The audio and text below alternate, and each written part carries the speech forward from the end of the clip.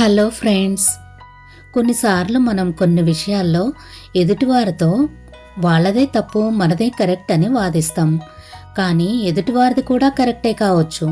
కానీ మనం మన ప్రపంచాన్ని దృష్టిలో పెట్టుకుని మన కోణంలో మాత్రమే చూస్తాం కాబట్టి మనకు నిజంలో ఒక భాగం మాత్రమే కనిపిస్తుంది. అయితే ఇక్కడ ఒక చిన్న కథ చెప్పుకుందామా? ఒకరోజు ఒక పెద్ద ఏనుగును ఒక గ్రామానికి తీసుకొచ్చారు. గ్రామస్తులందరూ దాన్ని చూడ్డానికి వచ్చారు.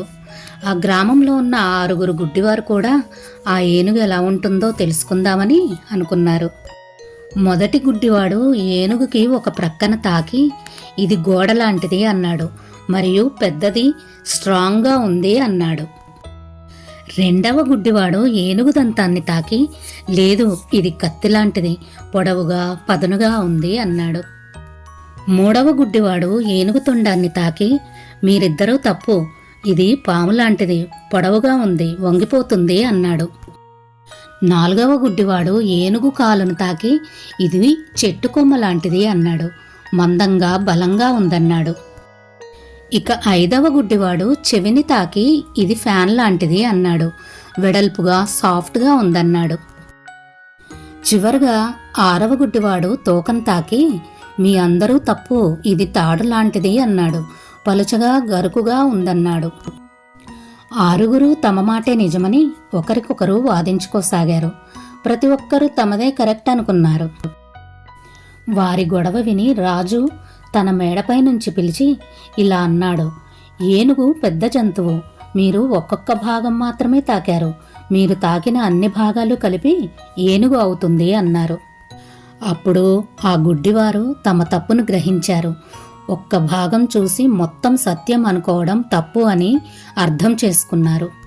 రాజు ఇలా అన్నారు, జ్ఞానం వినయంతోనే సంపూర్ణమవుతుంది. సత్యం తెలుసుకోవాలంటే విస్తృత దృష్టి అవసరం అని. మన జీవితం కూడా ఆ ఏనుగు కథ లాంటిదే. మనం ఒక్క భాగం మాత్రమే చూస్తాం. సంతోషం, బాధ, విజయం, విఫలం అన్నీ కలిపినప్పుడే జీవితం అవుతుంది. ప్రతి అనుభవం ఒక భాగం మాత్రమే.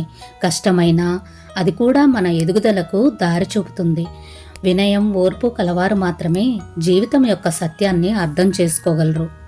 జీవితంలో ప్రతి మనిషికి తన దృష్టి, అనుభవం, పరిస్థితి వేరు. ఒకరు పేదరికంలో ఉన్నప్పుడు జీవితం అన్యాయం చేస్తుంది అంటారు. లైఫ్లో సక్సెస్ అయినవాడు జీవితం అందమైనది అంటాడు.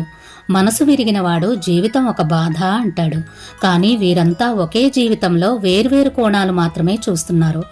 ఎవరూ మొత్తం జీవితం అనే కోణం చూడడం లేదు. జీవితంలో జరిగే ప్రతి సంఘటన, అది సంతోషమా, బాధనా, అవమానమా, విజయం కాని ప్రయత్నమా, ఇవన్నీ కలిపినప్పుడే మన జీవితానికి అర్థం వస్తుంది. మనకు నచ్చని సంఘటనలు కూడా భవిష్యత్తులో మనను బలంగా మార్చుతాయి.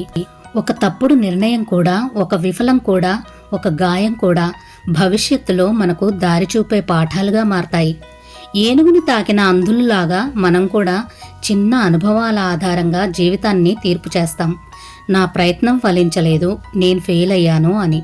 కానీ సమయం చెప్తుంది, ఆ ఫెయిల్యూర్ మనకు నేర్పిన పాఠం భవిష్యత్తులో విజయానికి బాట వేసిందని.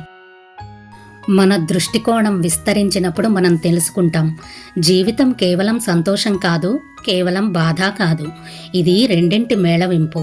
ఇదే సత్యాన్ని అర్థం చేసుకున్నవాడు జీవితంలో ప్రశాంతంగా, ధైర్యంగా, సంతోషంగా ఉంటాడు. Thanks for watching.